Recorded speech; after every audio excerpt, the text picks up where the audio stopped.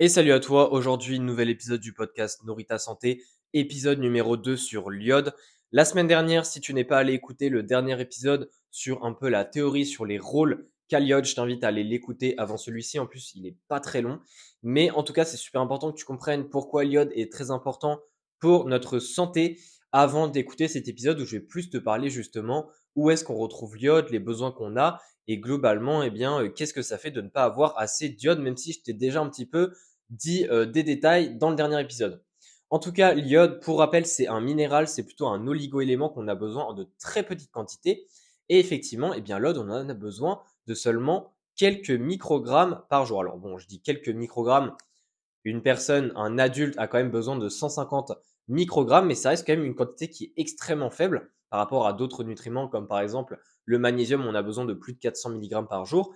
Mais en tout cas, oui, l'iode, on en a besoin de certes une très petite quantité, mais si cette petite quantité n'est pas atteinte dans la journée et à long terme sur plusieurs jours, eh bien, ça va avoir des répercussions sur ta santé. Et ça va surtout avoir des répercussions chez notamment les femmes enceintes et chez les nourrissons. Je vais t'expliquer très rapidement pourquoi.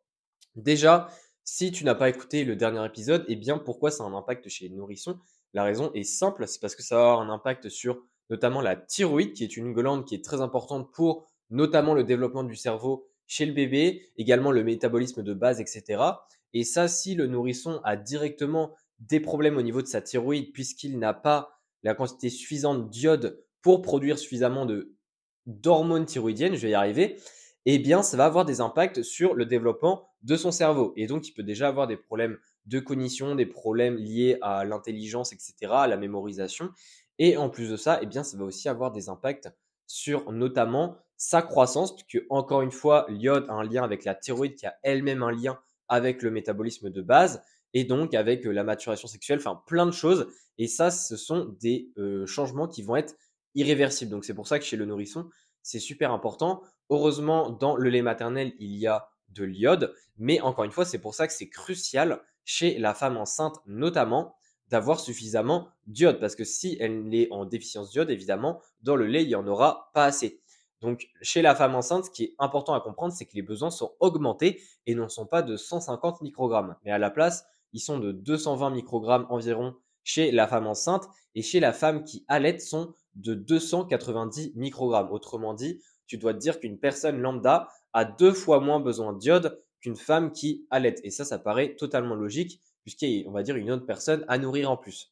Donc, ça, ce sont les besoins en iode. Alors évidemment, ça varie selon les âges, mais globalement, quand tu es nourrisson jusqu'à ce que tu atteignes l'âge adulte, eh bien, tu as des besoins qui sont situés entre 0 et 150 microgrammes. Alors évidemment, tu n'es jamais à 0, mais ça augmente crescendo, pour faire simple. Donc ça, c'est un petit peu les besoins qu'on a en iode et aussi les conséquences de ne pas avoir assez d'iode. Mais en fait, pourquoi est-ce que certaines personnes n'ont pas assez d'iode et pourquoi je te fais aussi cet épisode? Cet épisode, je te le fais parce que la déficience en iode, c'est pas si peu courant qu'on pourrait le penser. Et ça vient de plusieurs choses. Déjà, la première chose, eh bien, c'est que certaines personnes sont végétariennes ou véganes, donc végétaliennes plus exactement. Et en fait, les sources alimentaires de l'iode, je te l'ai rapidement dit dans le dernier épisode, mais ce sont les sources qui viennent surtout des produits de la mer. Donc, les sources principales d'iode dans ton alimentation, c'est à la fois les poissons, les fruits de mer globalement, également les produits laitiers, puisque le lait de la vache contient aussi un petit peu d'iode, et donc ça fait que les produits laitiers ont aussi de l'iode.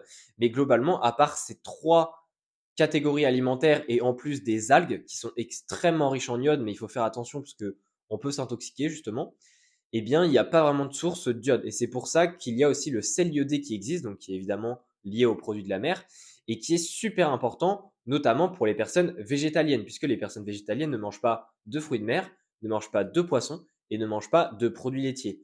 Et donc, ça fait que les personnes végétaliennes, généralement, manquent énormément d'iode. Et d'ailleurs, les personnes végétariennes peuvent aussi en manquer, surtout si elles ne sont pas ultra fans des produits laitiers de base. Donc, c'est pour ça qu'encore une fois, l'iode, il faut vraiment que tu l'ajoutes dans ton alimentation, que ce soit sous forme de sel iodé, sous forme de produits laitiers, sous forme de poissons. Et c'est pour ça que moi, je te conseille, si tu es omnivore, de consommer au moins 2, voire 3 portions de poisson par semaine. Donc, notamment un poisson gras par semaine, donc du saumon, de la truite, pardon, du maquereau, des choses comme ça. Et à côté, 1 ou 2 portions plutôt de poisson maigre, donc du cabillaud, du colin et j'en passe. Comme ça, au moins, il faut te dire en fait qu'une portion de poisson, ça t'apporte directement tous tes besoins en iode. À côté de ça, je t'invite également à consommer des produits laitiers, donc que ce soit des yaourts, des fromages. Ça, c'est plutôt la forme que tu veux, mais essaye d'être à plutôt 2 portions minimum de produits laitiers par jour. Donc, par exemple, une tranche de fromage et aussi un yaourt. Ça peut être déjà une très bonne base. À côté de ça, et surtout si tu ne consommes pas les aliments que je viens de te dire, et notamment les fruits de la mer, il ne faut pas aussi t'en priver. N'hésite pas à prendre de temps en temps des moules, des choses comme ça. Ça apporte énormément d'iode. Mais si tu ne manges pas tout ça, eh bien, ce qu'il faut absolument que tu fasses, c'est d'ajouter du sel iodé. C'est-à-dire que si tu sales déjà tes repas, eh bien, ce qu'il faut absolument que tu fasses, c'est d'acheter du sel iodé. C'est très simple.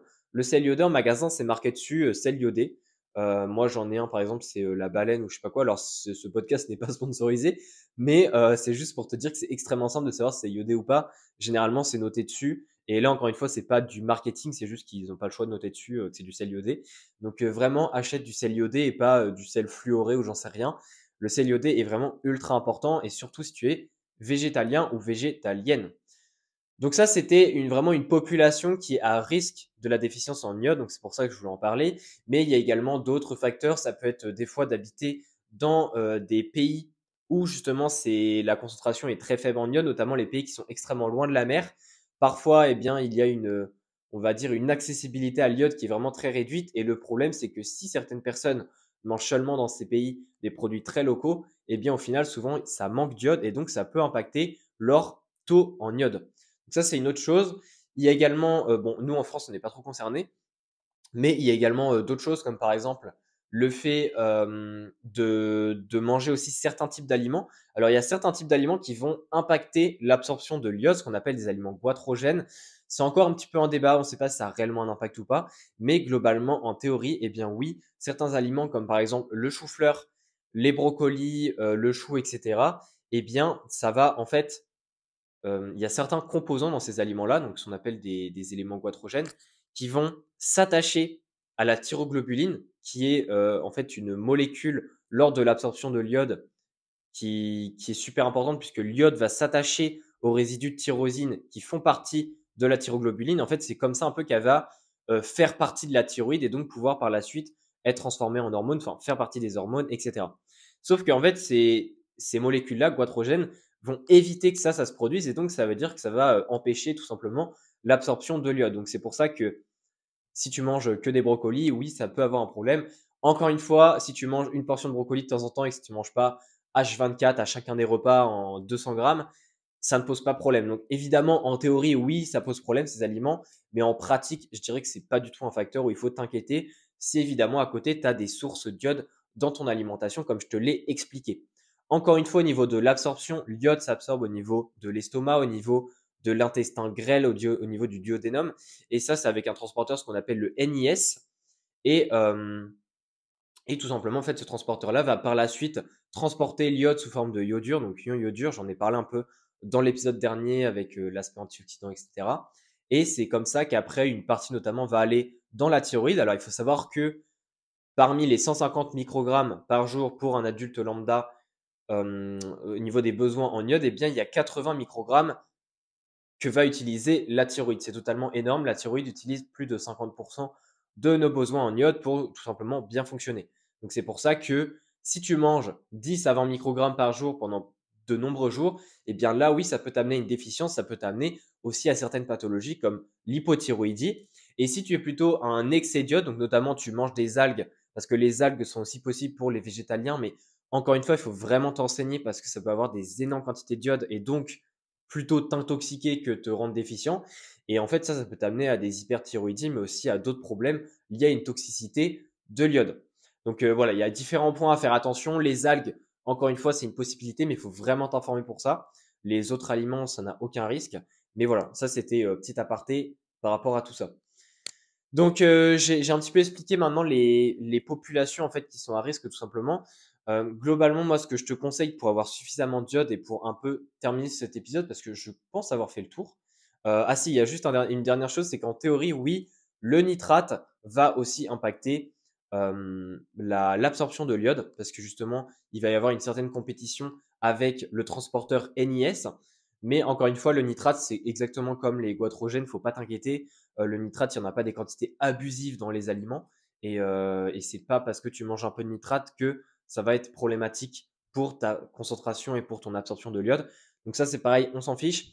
Mais la seule chose que je voulais vraiment te dire, c'est au niveau de la cuisson, que environ une bonne cuisson, donc à forte intensité et assez longue, peut enlever 20 à 40% de l'iode présent dans un aliment. Donc, sois juste attentif par rapport à ça. Évidemment, je ne te conseille pas de ne pas assez cuire ton poisson.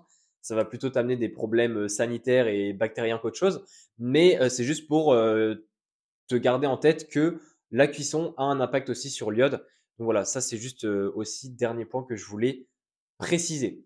J'espère en tout cas que cet épisode t'aura plu. Encore une fois, comment avoir assez d'iode? C'est très simple, si tu es omnivore, je te l'ai dit, portion de poisson toute la semaine, 2 à 3 portions. Également des produits laitiers, au moins 2 par jour, avec du sel iodé. Si tu sales tes repas, mets du sel iodé. Si tu es végétarien, pareil, produits laitiers, au moins 2 par jour, voire 3. Et en plus de ça, pareil, tu sales tes repas avec du sel iodé. Et si tu es végétalien, pardon, eh bien du sel iodé. Et tu peux, si tu as envie, de te rassurer et autres, tu peux regarder pour les algues. Mais encore une fois, je t'invite vraiment à regarder le dosage, la quantité d'iode qu'il y a dedans pour éviter toute intoxication.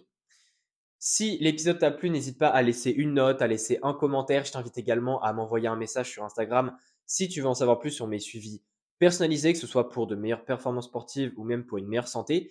Et on se dit à la prochaine. Allez, ciao.